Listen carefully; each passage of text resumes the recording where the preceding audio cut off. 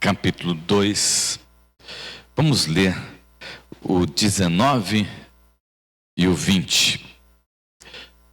Carta de Paulo aos Gálatas, o capítulo de número 2, o verso 19 e o verso 20. Assim está registrado na palavra do Senhor, o nosso Deus.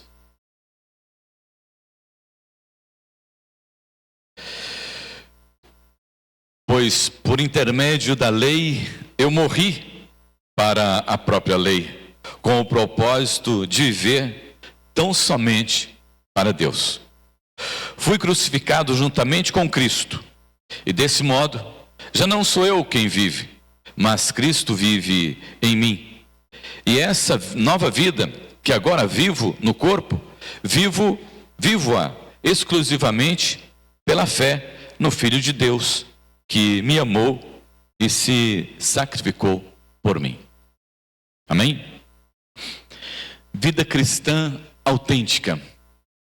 Nós temos estudado na escola dominical, amados irmãos, algo muito importante e interessante para nós como cristãos, na nossa conduta, de compromisso, de responsabilidade conosco mesmo, como servos de Deus, com o Senhor, o nosso Deus, e também com a igreja.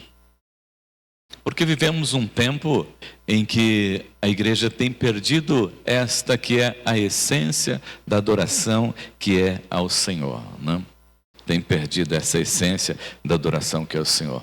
Segundo o IBGE, nós somos um país cristão, 60% católico, 30% evangélico. Só que no aspecto de melhoria das pessoas, nós não vemos esse resultado. Ficamos sabendo a respeito das conversões, que tem aumentado o número de evangélicos, mas o resultado na sociedade não tem sido o resultado que nós esperávamos, de compromisso, de responsabilidade, de testemunho, de anúncio do evangelho, porque, infelizmente, nós somos conhecidos como o país da corrupção pelos seus desmandos, do tráfico de drogas, da pornografia. Isto incomoda-nos muito como sendo um país cristão. E parece, amados irmãos, que a igreja ela não tem ocupado o seu lugar de sal e de luz na sociedade. Parece-me que ela tem procurado, com esse aumento de membros, não realizar a vontade do Senhor, mas ser uma igreja que vai se adequando à forma do mundo.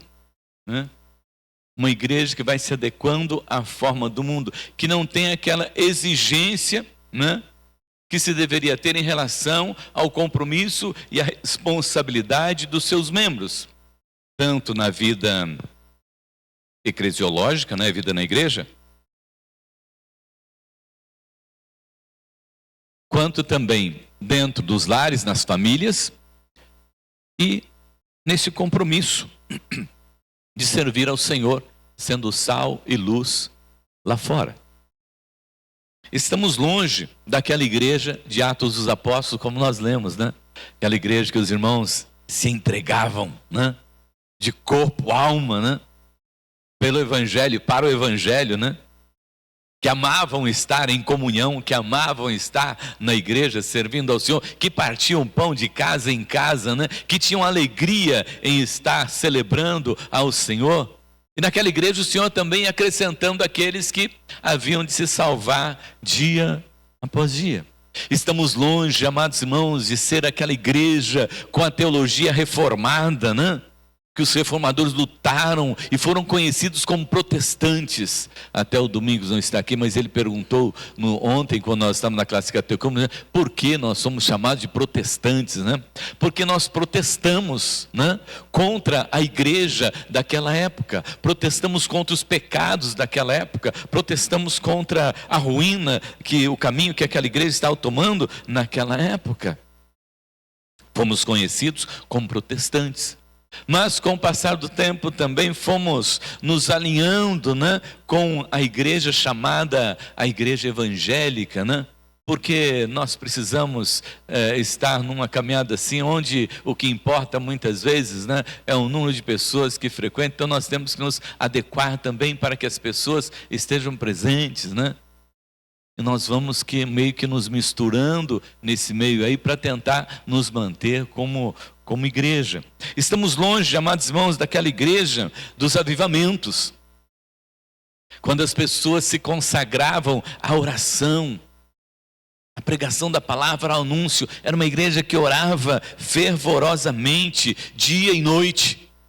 Uma igreja que aprendeu a buscar a presença do Senhor nosso Deus, que aprendeu a buscar a ação do Espírito Santo de Deus para a vida, para a família e para a igreja. Uma igreja que aprendeu a orar não somente com as palavras dos lábios, mas na ação do Espírito Santo de Deus. Uma igreja que se recusava a viver sem a ação do Espírito Santo de Deus. Uma igreja que se recusava a viver sem o mover do Espírito Santo de Deus e cuidava assim da manifestação dos dons.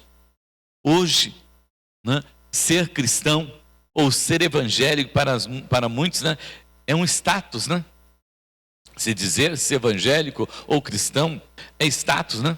Então nós vamos vivendo esse tempo onde não se exige muito dos cristãos, né? Não se exige muito do compromisso com a igreja, do compromisso no dia a dia, né, de vida íntegra, e vamos vivendo e deixando seguir, né?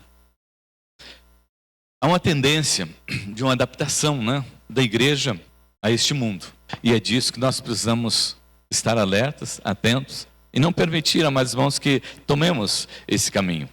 É um mundo que precisa se converter, e em se convertendo, vindo para a igreja, ser transformados pelo poder da palavra na ação do Espírito Santo de Deus e viver nova vida.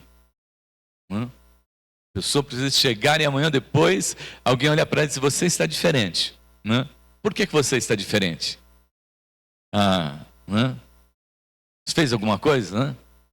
Aí eu conheci o Evangelho de Cristo Jesus. Eu conheci o Evangelho de Cristo Jesus. Eu estou servindo ao Senhor. Então, amados irmãos, aí não pode ser essa igreja balcão, né? Nessa igreja da feira, nessa igreja do mercado, né, que você vai onde você gosta e compra o que você quer. Você vai onde você gosta e compra o que você quer. Hoje pela manhã eu até comentei com os irmãos que eu estava num local e chegou um rapaz e me disseram assim: pastor, ele é evangélico. Eu falei: que bom, glórias a Deus. Mas você é cristão? Eu gostaria de saber qual é a comunidade que você frequenta, porque nós somos parte dessa igreja de Cristo sobre a face da terra, né? E ele falou para mim que ele tinha ido para uma igreja muito grande e tal, e onde não tinha muito contato com os irmãos. Aí ele conheceu uma outra comunidade, deu o nome da comunidade. Até de manhã eu falei para os irmãos, né, que é esses nomes diferentes que surgem, né, dessas comunidades, né? E aí ele disse que ele veio para essa outra comunidade, porque essa comunidade que é mais próximo, os irmãos têm mais comunhão, estão mais próximos. Mas quando ele foi para a igreja maior, porque falou: lá ninguém me conhecia, pastor. Ninguém me conhecia, ninguém sabia por onde eu andava, o que eu devia fazer, o que eu não devia fazer, como é que estava a minha vida, porque, né, é bastante gente. A gente chegava e tinha comunhão com a meia dúzia lá e depois já ia embora, né? Essa igreja é balcão, onde as pessoas vão porque elas querem buscar aquilo que é do interesse delas. Eu gosto de um louvor assim, então eu vou para essa igreja. Eu me identifico com a igreja assim, então eu vou para essa igreja, né? Eu quero isso e isso para a minha vida, então eu vou para esse nicho de mercado que está aí. Eu vou buscar aí. Não é a igreja do compromisso, onde você encontrou-se com Jesus, onde você encontrou-se com o Evangelho de Cristo Jesus, e o Senhor movimentou o seu coração na ação do Espírito Santo de Deus, você descobriu que você é um servo de Deus, e que você precisa servir ao Senhor, e que você tem um chamado para realizar a obra do Senhor o nosso Deus. Então, aqueles que vêm para a igreja, né? Nós nos alegramos, né? Mas vamos nos alegrar muito mais, não somente com a chegada, mas com a mudança, a transformação na vida, né, das pessoas. Porque é isso que a Bíblia nos ensina, é isso que a Bíblia requer de cada um de nós. O mundo precisa se adequar à igreja e não a igreja se adequar ao mundo, né? Jesus nos ordenou, né? Ide por todo mundo e pregai o Evangelho. É a ordem de Jesus, vai e anuncia o Evangelho, vai e prega o Evangelho. Essa transformação, essa mudança. E eu gostaria só de lembrar dos irmãos, quando Jesus estava ali, apareceu um homem chamado Zaqueu. E ele se converteu. Ele se converteu. Não se converteu na sua atitude exterior, mas se converteu na sua atitude interior. Ele disse: ó Jesus, se eu roubei alguém, eu quero pagar quadruplicadamente. E se dos meus bens eu já dou a metade para os pobres, demonstrando assim que ele estava disposto a servir e a seguir ao Senhor o nosso Deus, que ele já tinha provado essa transformação, essa mudança que a conversão promove em nosso coração. Porque o maior inimigo não é o diabo. O maior inimigo nosso na vida cristã somos nós mesmos. Porque o Senhor quer nos dirigir para uma coisa, o Senhor quer nos conduzir por um caminho, o Senhor quer tratar a nossa vida de uma forma, mas nós dizemos: eu não aceito, eu não quero. Não deve ser assim, eu não quero que seja assim. Nós não aceitamos muitas vezes esse tratamento de Deus nas nossas vidas, né? Eu citei Zaqueu, mas também podemos lembrar dos 12, os discípulos que Jesus chamou. E Jesus disse para eles: ó, vinde após mim que eu vou fazer de vocês pescadores de homens. Eles deixaram tudo. Deixaram as redes, trabalho, deixaram o barco, o comércio deles, deixaram também a família. Porque eles passaram por esse processo, né, de conversão, de transformação, de entendimento do significado do reino de Deus. Então dá para eu colocar Deus em primeiro lugar. Não é o meu trabalho, não é a minha família, nem o meu lazer, nem os meus negócios. Em primeiro lugar está o reino de Deus. O mais importante na minha vida é o reino de Deus.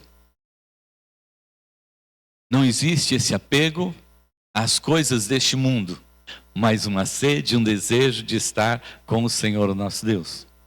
Que é um momento gostoso, né? Você não vê a hora de chegar. O horário de você estar buscando a Deus em oração, o horário de você estar na igreja ali louvando, adorando e servindo ao Senhor, o nosso Deus. Esse momento que faz toda a diferença na sua vida, né? Esse momento que traz aí um renovo físico, emocional e espiritual para a sua vida. Paulo, quando ele escreveu aos Romanos, lá no capítulo 12, ele diz assim: não vos conformeis com esse século, mas transformai-vos pela renovação da vossa mente.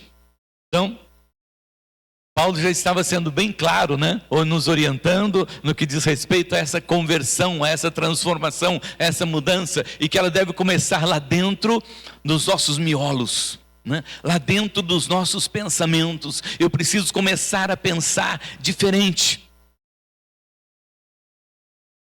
Eu preciso começar a pensar de conformidade com a palavra do Senhor nosso Deus.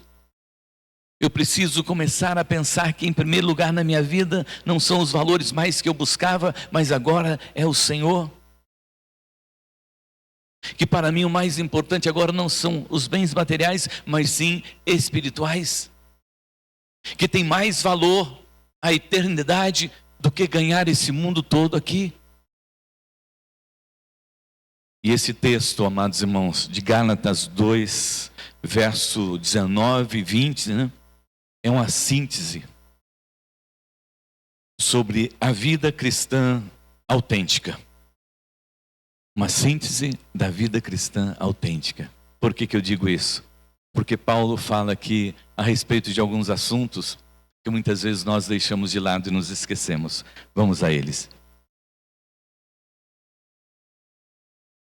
Eu vou ler novamente o versículo de número 19. Fui crucificado com Cristo. 20. Fui crucificado com Cristo. Assim, já não sou eu quem vivo, mas Cristo vive em mim. E a vida que agora vivo no corpo, vivo pela fé no Filho de Deus que me amou e se entregou por mim. Depois de Jesus, a figura mais importante, no Novo Testamento é o apóstolo Paulo. Ele foi o principal defensor e proclamador do Evangelho de nosso Senhor Jesus Cristo, Tudo que nós temos, das cartas pastorais que ele escreveu, veio desse ex-fariseu. Ele era um fariseu, veio desse homem, mas que passou por uma conversão, passou por uma transformação, passou por uma mudança de vida. Porque ele conhecia a Jesus de ouvir falar, e por causa da lei na qual ele estava preso, ele perseguia os cristãos, ele perseguia a igreja de Cristo, ele odiava a igreja. Mas o Senhor um dia marcou um encontro com ele, e ele foi transformado, e ele mudou. E o Senhor disse para ele: vou mostrar para ele o quanto é importante sofrer por amor ao meu Evangelho. Ele escreveu aí a metade do Novo Testamento, O que ele pregava, amados irmãos, não era de boca, mas o que Paulo pregava era aquilo que estava na sua vida. Ele pregava aquilo que ele estava vivendo com Cristo.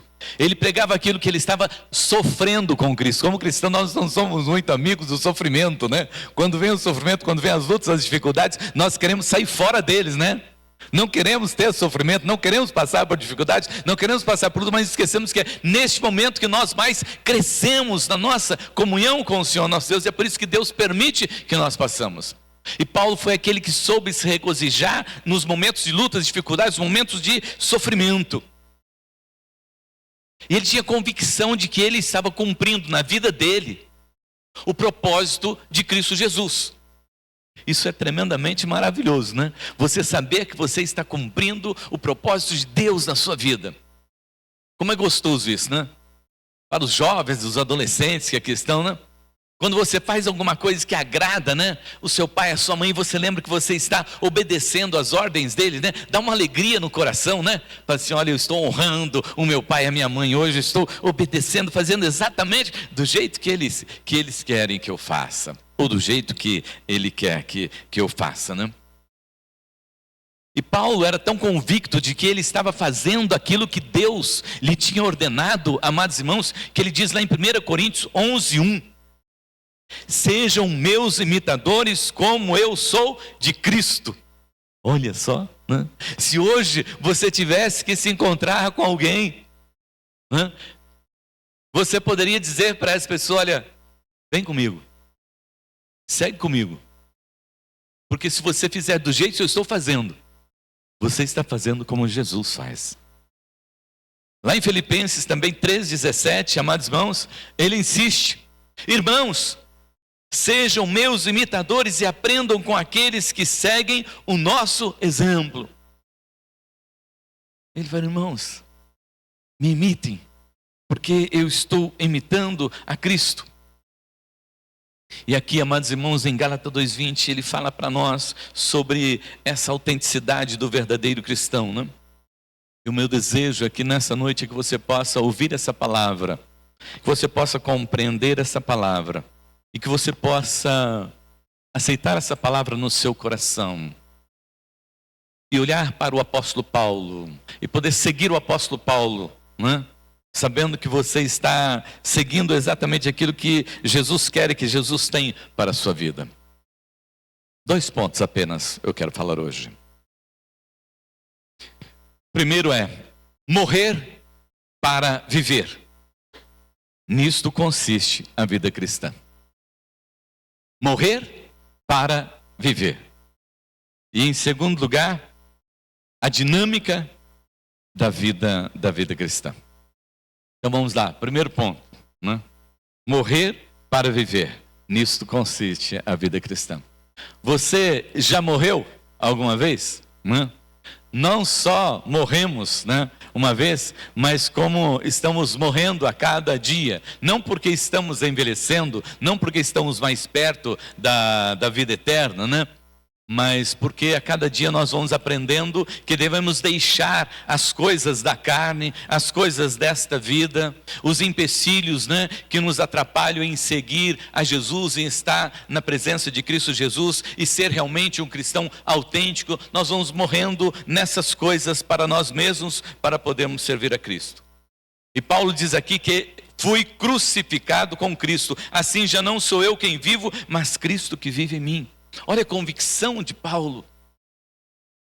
Sabe quando Cristo foi crucificado lá na cruz? Sabe quando eu olho lá na cruz, vejo aquele sofrimento de Cristo Jesus, e vejo aquela angústia de Cristo Jesus, e vejo aquelas marcas lá em Cristo Jesus, eu me vejo lá, eu estou lá na cruz de Cristo. Paulo descreve a vida cristã, meus irmãos, nessas duas dimensões: morte e vida. Morte, fui crucificado, então eu estou morto. E quem está morto não sente dor. Então pode vir o sofrimento que vier, que não vai sentir dor e não vai lamentar de forma nenhuma. É isso na vida cristã? Podemos dizer que é assim na vida cristã?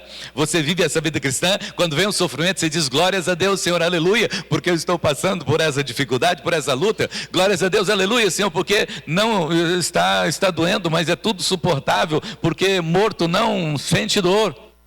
E eu estou morto, eu estou crucificado em Cristo Jesus. E na vida também, né? Ele diz assim, né? Já não sou eu mais quem vivo, mas é Cristo que vive em mim. Então, ao mesmo tempo em que ele diz, eu estou morto porque eu fui crucificado em Cristo Jesus, ele diz, olha, eu estou vivo porque Jesus Cristo vive em mim, porque ele nos deixou a lembrança da sua entrega lá na cruz do Calvário, para que nós lembrássemos em memória dele, do seu sacrifício, mas ele ressuscitou ao terceiro dia e está junto do Pai intercedendo por nós. O que significa estar crucificado com Cristo? É exatamente isso, amados. Estar morto.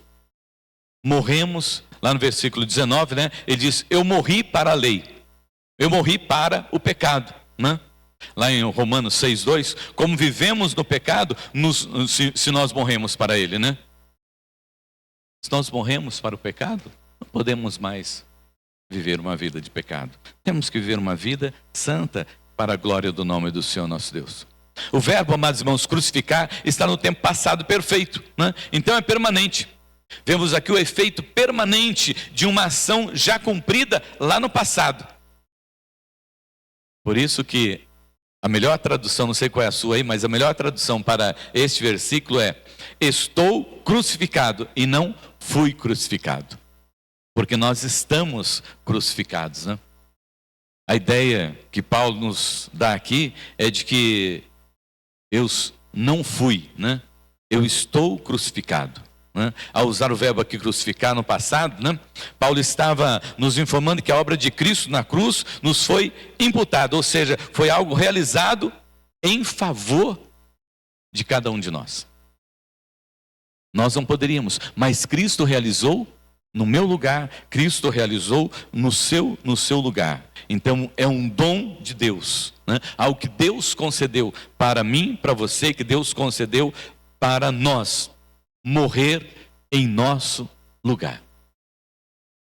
E nós morremos com Ele, conforme o apóstolo Paulo diz. Lá em Atos 5, o verso 30 e 31, Lucas registra assim: o Deus dos nossos antepassados ressuscitou Jesus, a quem os senhores mataram, suspendendo no madeiro. Deus o exaltou, colocando-o à sua direita como príncipe e salvador, para dar a Israel arrependimento e perdão dos pecados. Então, nós estamos crucificados. Nós morremos para a lei. Nós morremos também para a lei. É lógico que, como eu comentei com os irmãos, nós vamos ainda, de vez em quando, precisamos, ir deixando algumas coisas que têm nos atrapalhado na caminhada. Quando Jesus enviou os discípulos, falou, vocês não vão levar nem bolsa, nem alforje, nem 2 sandálias, Vocês vão levar uma túnica só, para não ter nada que atrapalhe vocês de irem anunciando o Evangelho. É para eles terem só uma preocupação de anunciar o Evangelho de Cristo Jesus. Não ficar passando também de casa em casa, não. A casa que eles chegassem, eles deveriam ali permanecer e ali ficar. Por quê? Era para se ter uma vida simples, uma vida de disponibilidade para o serviço, uma vida pronta para o serviço e que nada fosse impedimento para o anúncio do Evangelho. Há momentos que nós precisamos deixar as bolsas, os alforjes, para podermos seguir ao Senhor. E o que significaria hoje para nós as bolsas e os alforjes? Tudo aquilo que nos impede de nos aproximar do Senhor. Naquele rapaz que foi ser batizado por imersão, estava com a carteira no bolso, passou a falar, batiza com a carteira e tudo. Sua carteira também precisa se converter. Às vezes, Às vezes é o nosso estômago, Às vezes é o nosso estômago que precisa se converter, porque nós estamos exagerando. Às vezes, gastamos demais, Então, precisamos nos converter, para sermos controlados. Às vezes é o nosso compromisso, nós somos muito relapsos nos nossos compromissos. Eu combino uma coisa com o dito, papel dito. Amanhã, vai ser amanhã. E não cumpro o que eu prometi para ele, não cumpro o que eu falei. Marco um horário com ele, ele fica ali me esperando, eu chego só no outro dia, Quando chego. Nós somos relapsos em algumas coisas e isso tudo nos impede de estar servindo ao Senhor de acordo com a vontade do Senhor, o nosso Deus. Precisamos, amados irmãos, corrigir coisas na nossa vida. Porque nós morremos, estamos mortos para este mundo. Então o Espírito Santo de Deus precisa estar atuando na nossa vida. Observe que Paulo escreveu aos Romanos, lá no capítulo 6, versículo 1 e 2. Que diremos então? Continuaremos pecando para que a graça aumente? De maneira nenhuma. Nós, os que morremos para o pecado, como podemos continuar vivendo nele? Glórias a Deus pelos estudos, sobre os pecados, o quê? Intocáveis que nós fizemos, nos lares aí, Por quê? Precisamos nos livrar. Quantos nós vimos lá que precisamos nos livrar, A lei foi cumprida. A lei foi cumprida em Cristo Jesus. Nós estamos crucificados, nós estamos mortos para este mundo. Então essas coisas não podem mais interferir na nossa vida. Precisam ficar de lado. Porque nós estamos mortos para as coisas do mundo. Você se considera como o apóstolo Paulo? Alguém que está crucificado? Que está morto para as coisas deste mundo? Você se considera como alguém que morreu realmente para os valores desta vida? E que se alguém amanhã levar a sua casa, você vai dizer obrigado, Senhor. Como disse Jó, Deus me deu, Deus levou, bendito seja o nome do Senhor. Se alguém levar o seu carro, se alguém levar os seus bens, você vai poder dizer isso. Senhor, isso não me faz falta, eu estou crucificado, eu pertenço ao Senhor. Se alguém levar a sua saúde, qual vai ser o seu posicionamento? Vai entrar no desespero? Vai entrar em depressão? Vai dizer, Senhor, eis-me aqui, usa-me, eu sou o teu servo, eu já morri perante a lei, eu sirvo para o Senhor, tão somente para o Senhor. Então, primeiro, morrer. E em segundo lugar, amados irmãos, viver. Aí ele diz, que agora ele vive para Cristo. Ele vive para Cristo. a lei foi cumprida. Cristo vive em mim. Paulo é interessante, né, que ele coloca em 1 Coríntios, né, 3,16, vós sois templos do Espírito Santo de Deus. Você sabia disso? Que o Espírito Santo de Deus habita a sua vida? Né? E que se alguém tentar destruir o templo do Espírito Santo de Deus sois vós, Deus destruirá. Você vai prestar contas é com o Senhor nosso Deus. Então eu estou morto, crucificado para o pecado, para a carne. Mas eu estou vivo, porque o Espírito Santo de Deus habita a minha vida. Romanos 8:10. E se Cristo está em vós, o corpo na verdade está morto por causa do pecado, mas o Espírito vive por causa da justiça. O corpo está morto, mas o Espírito vive, porque fomos justificados lá na cruz do Calvário. E aí Paulo diz assim, nada poderá nos separar do grande amor de Deus que está em Cristo Jesus. É a presença gloriosa do Espírito Santo de Deus em nós, amados, através de nós. Creia e viva como um templo do Espírito Santo de Deus. Deixa o Espírito Santo de Deus cuidar da sua vida. Deixa o Espírito Santo de Deus cuidar dos seus negócios. Deixa o Espírito Santo de Deus cuidar da sua vida devocional. Deixa o Espírito Santo de Deus cuidar da sua família. Deixa o Espírito Santo de Deus cuidar de você. Ele sabe cuidar muito melhor do que você mesmo. Deixa o Espírito Santo de Deus agir na sua vida. O Espírito Santo de Deus vai fazer você frutificar nessa vida, né? Vai superar as lutas, as dificuldades, né? Nós precisamos morrer para dar frutos. E nós só morremos espiritualmente para poder produzir o verdadeiro fruto do Espírito, né? Para produzir a satisfação, a felicidade, né? Cristo vive em mim, a esperança da glória eterna, né? Não importa o que me aconteça aqui, o Senhor está comigo e vai estar comigo na eternidade. O Espírito Santo de Deus produz a unidade na vida da igreja, né?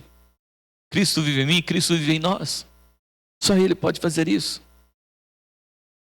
Repetindo aqui Gálatas 2:20, fui crucificado com Cristo, assim já não sou eu quem vivo, mas Cristo que vive em mim. Amém?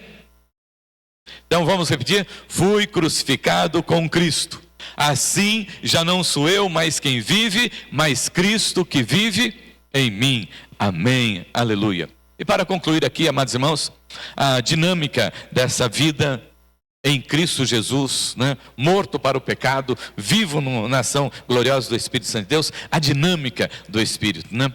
Essa vida que agora eu vivo pela fé no Filho de Deus. A dinâmica desta vida é viver pela fé. E aquele que vive pela fé, ele não vive pelas circunstâncias, né? Eu estou bem dependendo do que está acontecendo comigo. Eu estou bem dependendo das coisas, né? Não. Independente de qualquer coisa. Eu vivo pela fé. Eu estou bem pela fé. Eu vou por causa da minha fé. Ao contrário do que se pensa, né? Morrer para Cristo não é deixar de existir, não. Né? Você continua sendo, né? O João, o José, a Maria, o Joaquim. Né? Continua sendo a mesma pessoa. Né? Só que agora, morto para o pecado e vivendo para Cristo Jesus. E a vida não começa, como muitos pensam, não, né? A vida começa na adolescência, a vida começa na vida adulta, aos 20, 30, 40, 50, 60, 70. Não, não tem não. A vida, na verdade, ela começa quando você conhece o Evangelho de Jesus Cristo. É aí que você começa a viver. É aí que está a vida. É aí que está o segredo de viver, amados irmãos. Viver e viver bem, viver feliz, e viver alegre, e viver em paz, e viver sabendo que se você está aqui hoje, Jesus está com você, mas se você não estiver aqui, você está na eternidade com o Senhor. Foi o Peço que lembrou disso esses dias, né? Falando a respeito do estar com Cristo, né? Assim, ó, está lá no para-choque do caminhão, né? Escrito, ó, vou com Deus. Se eu voltar, né? Se eu voltar, é porque Deus esteve comigo. Mas se eu não voltar, é porque eu estou com Deus na eternidade. Esta é a nossa certeza, amados irmãos. Esta é a nossa certeza como servos de Deus. Lá em João 7,38, João diz que Jesus diz: quem crê em mim, do seu interior fluirão rios de água da vida. Viver pela fé, amados irmãos, é viver sempre confiando no Senhor e sabendo que Ele está conosco. Lá em João 10,10, o inimigo veio para matar, roubar e destruir, mas eu vim para que vocês tenham vida e tenham vida em abundância. O que é viver em abundância? Pense a respeito disso para você viver no seu dia a dia. A vida neste corpo, né? A vida neste corpo em que você vive deve ser vivido na fé.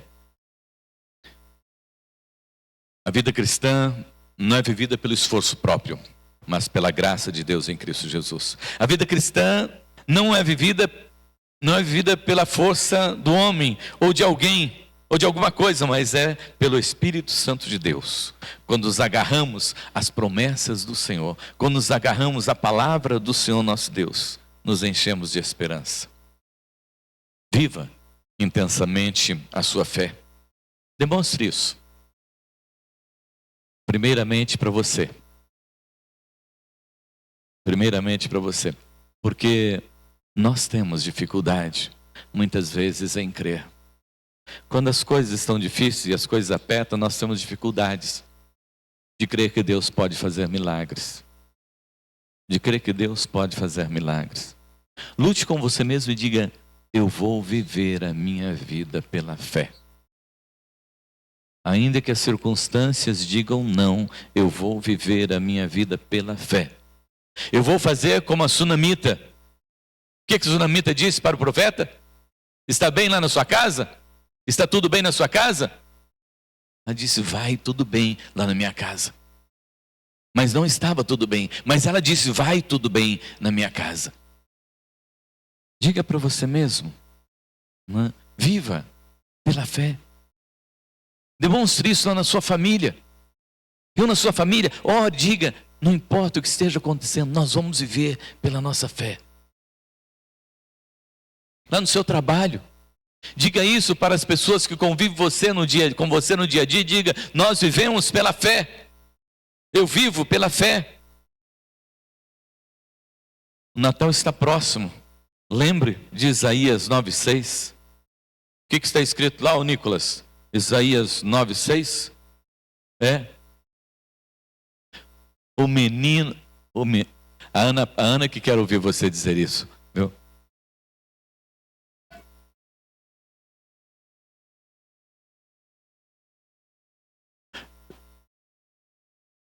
E o seu nome?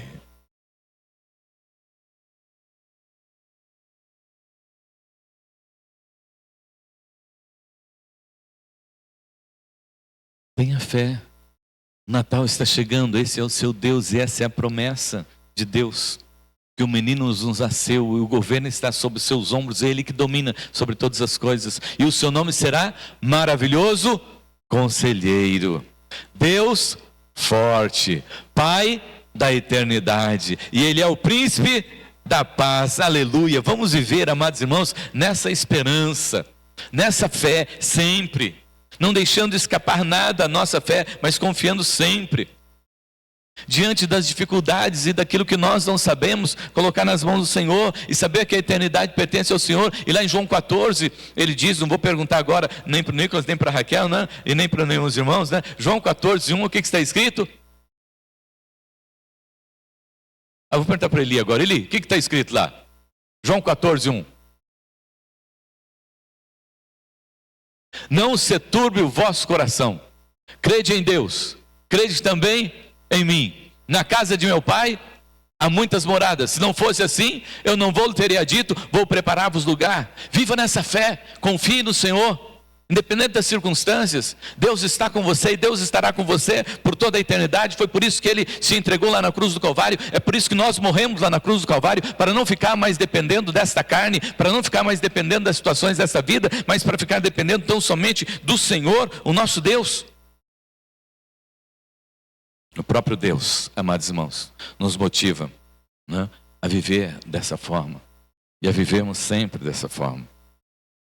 Portanto, ao declarar que Cristo nos amou e se entregou por nós, Paulo está querendo nos informar, né, que a nossa mente precisa estar sempre alerta sobre isso. E que no nosso coração nós precisamos sempre estar crendo. Eu concluo aqui a minha fala, deixando para você, né, que você possa viver pela sua fé, porque Cristo vive em você. Que você possa morrer para viver e viver pela sua fé. Eu estou crucificado com Cristo. Já não sou eu quem vivo, mas é Cristo que vive em mim. A vida que agora vivo no corpo, vivo pela fé no Filho de Deus, que amou e se entregou por mim. Se você já entregou a sua vida para Cristo Jesus, aleluia, glórias a Deus. Se você já está vivendo dessa forma, se você já foi crucificado lá no Calvário, glórias a Deus por isso. Se você não foi, entregue sua vida para Jesus. Morra para você poder viver. Veja sua vida pregada lá na cruz do Calvário. E viva na força, no poder, na ação do Espírito Santo de Deus, não dependendo dos homens, mas no Espírito Santo de Deus. E viva pela sua fé. A Bíblia diz que o justo viverá pela fé. E a Bíblia diz que sem fé é impossível agradar a Deus. Feche teus olhos, vamos orar.